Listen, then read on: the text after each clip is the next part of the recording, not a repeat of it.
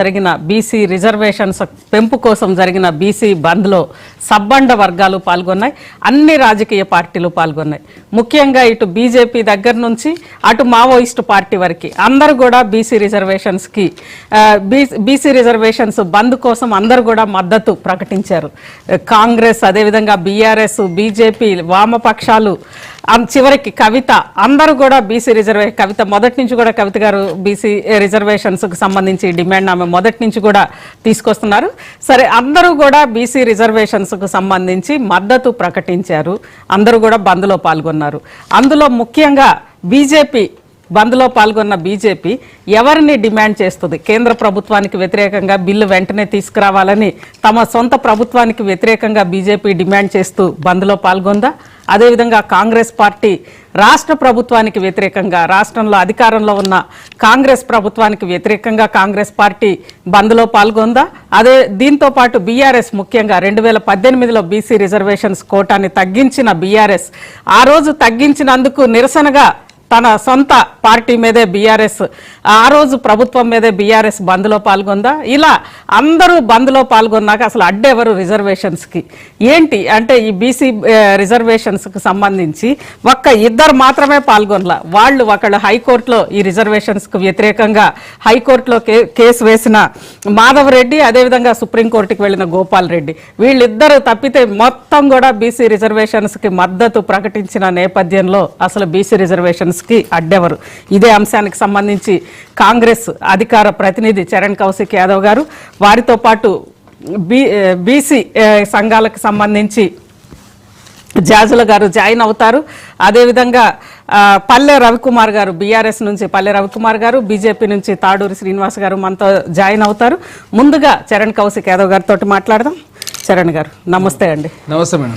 Yes, ఏంటి అసలు ఈ బీసీ రిజర్వేషన్స్ లో ఈరోజు బంద్లో మీరు పాల్గొన్నారు అంటే మీ ప్రభుత్వం మీద, రాష్ట్రంలో ఉన్న మీ ప్రభుత్వం మీద వ్యతిరేకతతోటి మీరు పాల్గొన్నారా ఏంటి? మేడం, ప్రధానంగా ఇక్కడ కేంద్రంలో ఉన్నటువంటి భారతీయ జనతా పార్టీ, కేంద్ర ప్రభుత్వం, రాష్ట్రంలో ఉన్నటువంటి భారతీయ జనతా పార్టీ ఏమో మేము రిజర్వేషన్ పెంచేదానికి అనుకూలం, కులగణలకు మద్దతు ఇచ్చారు. అసెంబ్లీలో బిల్లు పాస్ అవుతుంటే కౌన్సిల్లో కావచ్చు, అసెంబ్లీలో ఉన్నటువంటి 8 మంది ఎమ్మెల్యేలు, కౌన్సిల్లో ఉన్న 3 కూడా మద్దతు ఇచ్చిన పరిస్థితి మనం చూసినాం. కానీ కేంద్రంలో ఉన్న భారతీయ జనతా పార్టీ రిజర్వేషన్ పెంచేదానికి వ్యతిరేకంగా వ్యవహరిస్తూ ఉన్నారు. కాబట్టి ఈరోజు తెలంగాణ రాష్ట్రంలో అన్ని పార్టీలు కూడా మద్దతు ఇచ్చిన పరిస్థితి మనం చూసినాం. మా కాంగ్రెస్ పార్టీ నుంచి అయితే మా కాంగ్రెస్ పార్టీ అధ్యక్షులు ఈరోజు ధర్నాలు కూడా భాగస్వాములు లేరు. కానీ భారతీయ జనతా పార్టీ రామచంద్రరావు గారు భాగస్వాములు కాలేదు. బీఆర్ఎస్ పార్టీ నుంచి కేసీఆర్ రెడ్డి పేరు, కేటీఆర్ రెడ్డి పేరు, హరీష్ రావు గారు కూడా లేరు. ఈరోజు పార్టీ అధ్యక్షులు అని చెప్పుకునే కేసీఆర్ గారు కూడా భాగస్వాములు కాలేదు. తినుమల మల్లన్న గారు అయితే శ్రీశైలం ఉన్నారు. అదే కాకుండా ఈరోజు కల్వకుంట్ల కవిత గారు కూడా ధర్నాలో భాగస్వాములు అయ్యారు. అదే కాకుండా కాంగ్రెస్ పార్టీకి సంబంధించిన మంత్రులు, అది కొండ సురేఖ గారు కావచ్చు, సిఆర్ గారు కావచ్చు, అదేవిధంగా తుమ్మల నాగేశ్వరరావు గారు కావచ్చు, పొన్నం ప్రభాకర్ గారు కావచ్చు, అదే కాకుండా మా ఎంపీలు చామల కిరణ్ కుమార్ రెడ్డి గారు కావచ్చు, బీర్లా ఎలయ్య గారు కావచ్చు, చాలామంది కాంగ్రెస్ పార్టీకి సంబంధించి అందరూ ఈ బంద్లో భాగస్వాములు అయ్యారు. అదే కాకుండా భారతీయ జనతా పార్టీకి సంబంధించి ఓన్లీ పాయల శంకర్ గారు మాత్రమే భాగస్వాములు అయ్యారు. Bharatiya Janata party floor leader Mahesh Reddy గారు కూడా స్పందించిన పరిస్థితి మనం చూసినాం. అదే కాకుండా రామచంద్రరావు గారు స్పందించలేదు.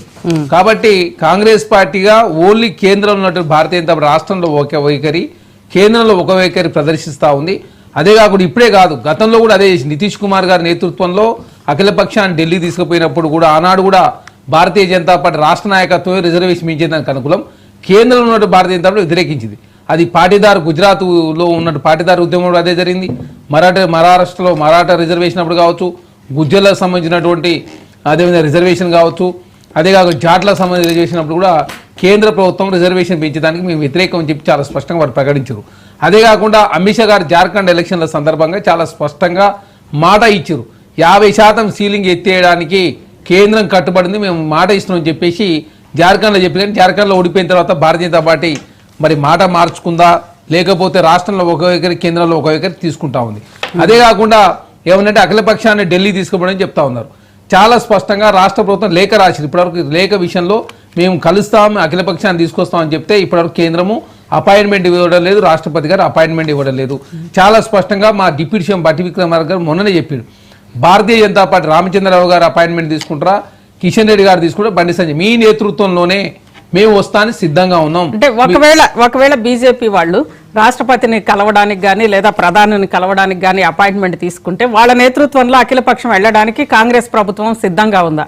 ఆల్రెడీ సిద్ధంగా ఉన్నామని చెప్పేసి డిప్యూటీ సీఎం గారు ప్రకటించారు. మేము కాదు ప్రకటించింది, మా డిప్యూటీ సీఎం గారే. మేము లేఖల రూపంలో చాలా సార్లు కేంద్రాన్ని రిక్వెస్ట్ చేసినాం, ప్రధానమంత్రి గారు రిక్వెస్ట్ చేసినాం, రాష్ట్రపతి గారు రిక్వెస్ట్ చేస్తే వాళ్ళు అపాయింట్మెంట్ ఇవ్వడం లేదు.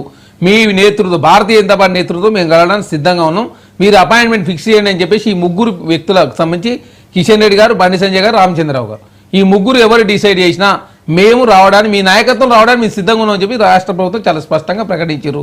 ఇక్కడ చాలా స్పష్టంగా ఏంది మేడం అంటే, గతంలో కూడా ఇదే జనగణలో కులగణన చేయమని చెప్పేసి కేంద్రం మీద ఒత్తిడి తెస్తే, ఒత్తిడి తెచ్చిన తర్వాత జనగణలో కులగణన చేస్తామని చెప్పేసి కేంద్ర ప్రభుత్వం ఒప్పుకొని ఇప్పుడు నార్థన్ స్టేట్లో ప్రారంభమైంది. తర్వాత రాష్ట్ర వ్యాప్తంగా జాతీయ స్థాయిలో కూడా ఆన్లైన్లో చేస్తామని చెప్పి కేంద్రం చాలా స్పష్టంగా ప్రకటించారు. కాబట్టి ఓబీసీ ప్రధానమంత్రి, ఓబీసీ ఓట్లు కావాలి, కానీ ఓబీసీ రిజర్వేషన్ పెంచుతారంటే మాత్రం కేంద్ర ప్రభుత్వం ఒప్పుకోవడం లేదు. కాబట్టి చాలా స్పష్టంగా కాంగ్రెస్ పార్టీగా ఈ రోజు ధర్నాలకు సంబంధించి రాష్ట్రంలో కాంగ్రెస్ పార్టీ అధికారంలో ఉన్నప్పుడు కూడా శాంతియుత మార్గంలో ధర్నాలకు సంబంధించి ఎక్కడో చిన్న ఆటంకం కలిగించకుండా చాలా స్పష్టంగా రాష్ట్ర ప్రభుత్వం ఉన్నటువంటి మంత్రులు భాగస్వామ్యం లేరు, కాంగ్రెస్ పార్టీ అధ్యక్షులు భాగస్వామ్యం లేరు, బీసీ సంఘాలంతా కూడా రాష్ట్ర వ్యాప్తంగా నిరసన వ్యక్తం చేశారు.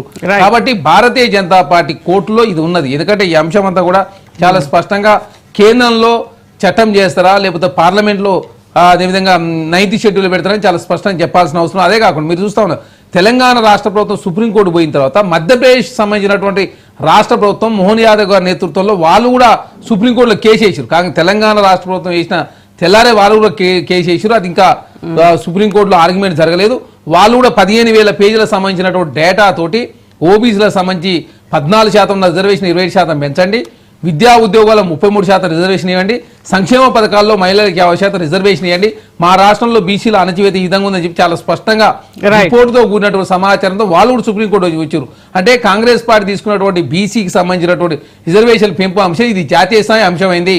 మహారాష్ట్రలో వాళ్ళు గతంలో కోర్టుకు పోయారు, నితీష్ కుమార్ గారు కూడా అదే నడుస్తూ ఉంది, కర్ణాటకలో అదే ఉంది, ఇప్పుడు మధ్యప్రదేశ్, ఇప్పుడు తెలంగాణ. అంటే దాదాపు 5-6 రాష్ట్రాలకు ఈ అంశం పోయింది. కాబట్టి ఖచ్చితంగా జాతీయ స్థాయిలో రేపు జరగబోయే పార్లమెంటు సమావేశాల్లో కాంగ్రెస్ పార్టీ డిసెంబర్లో పోరాటం చేయడానికి సిద్ధమైనాం. హైకోర్టులో తెలుసుకోవాలని చెప్పారు కాబట్టి నవంబర్లో ఆ కేసు రాబోతా ఉంది. 4 వారాల పాటు టైం ఇచ్చి 2 వారాల పాటు ఇంటవని చెప్పారు. పార్టీలకు సంబంధించినటువంటి వాళ్ళు కూడా కౌంటర్ దాఖలు చేయమని చెప్పారు. మరి ఇప్పటివరకైతే బీఆర్ఎస్ పార్టీ, బీజేపీ అయితే కౌంటర్ దాఖలు చేయలేదు. కాబట్టి రేపు హైకోర్టులో నవంబర్లో ప్రారంభమయ్యేటప్పుడు మరి వాళ్ళు కౌంటర్ దాఖలు చేస్తారా, ఏ విధంగా ముందుకు పోతారో చూడాల్సిన అవసరం లేదు. కాంగ్రెస్ పార్టీ మరి సిద్ధతో ముందుకు పోతాం. పల్లె రవి గారు ఈరోజు అన్ని పార్టీలు, అన్ని సంఘాలు మనం ఇంతకు ముందు చెప్పుకున్నట్లుగా చివరికి మావోయిస్టులు కూడా బీసీ రిజర్వేషన్ బిల్లుకి మద్దతు ప్రకటించినాయి. అదేవిధంగా సరే బీజేపీ అందరూ కూడా పాల్గొన్నారు. ఏంటి అసలు ఇంకా అడ్డెవరు? ఈరోజు ఒకవేళ రిజర్వేషన్ బిల్లు ఆమోదం పొందలేదు, రిజర్వేషన్ బిల్లు ఆమోదం పొందకపోయినా పార్టీలు అన్నీ కూడా ఎన్నికల్లో పోటీ చేసే పార్టీలు, ఎన్నికల్లో పోటీ చేయని పార్టీలు అందరూ కూడా దీనికి మద్దతు ఇచ్చినప్పుడు రేపు పార్టీలు